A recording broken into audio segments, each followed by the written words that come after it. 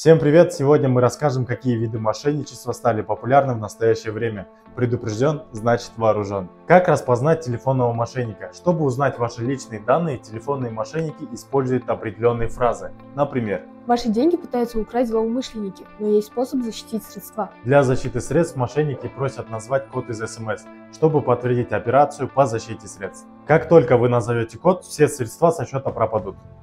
Не открывайте подозрительные ссылки. Мошенники, выдавая себя за покупателя или продавца, могут отправить вам ссылку на фишинг-сайт, который внешне может быть очень похож на знакомый сайт. На поддельном сайте пользователю предлагают ввести данные вашей банковской карты. Это ФИО, номер карты, срок ее действия или код из СМС. После введения данных происходит списание средств карты. Ни в коем случае не вводите свои личные данные на подозрительных сайтах, не передавайте пин-код или пароль. Никому не передавайте данные своей банковской карты, даже если это сотрудник банка. Мошенники представляются сотрудниками банка, задают отвлекающие вопросы, чтобы войти в ваше доверие. Сотрудники банка никогда не просят назвать полный номер карты.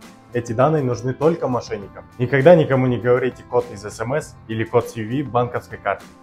Подделка голоса через искусственный интеллект. Мошенники могут использовать искусственный интеллект для имитации голоса руководства банка или важных сотрудников, чтобы убедить жертву перевести деньги или предоставить конфиденциальную информацию.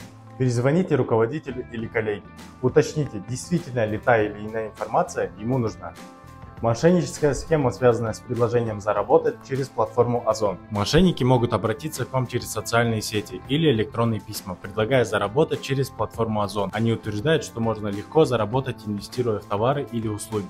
Жертвам предлагается внести небольшую сумму денег на банковскую карту или электронный кошелек. После вложения мошенники могут показать поддельные документы или интерфейс личного кабинета с суммой, создавая видимость реальных инвестиций. Однако, как только мошенники получают необходимую сумму, они исчезают, делая контакты недоступными или придумывают отговорки. И никаких обещанных доходов не последует. Настоящие инвестиции требуют анализа и редко обещают быстрые доходы.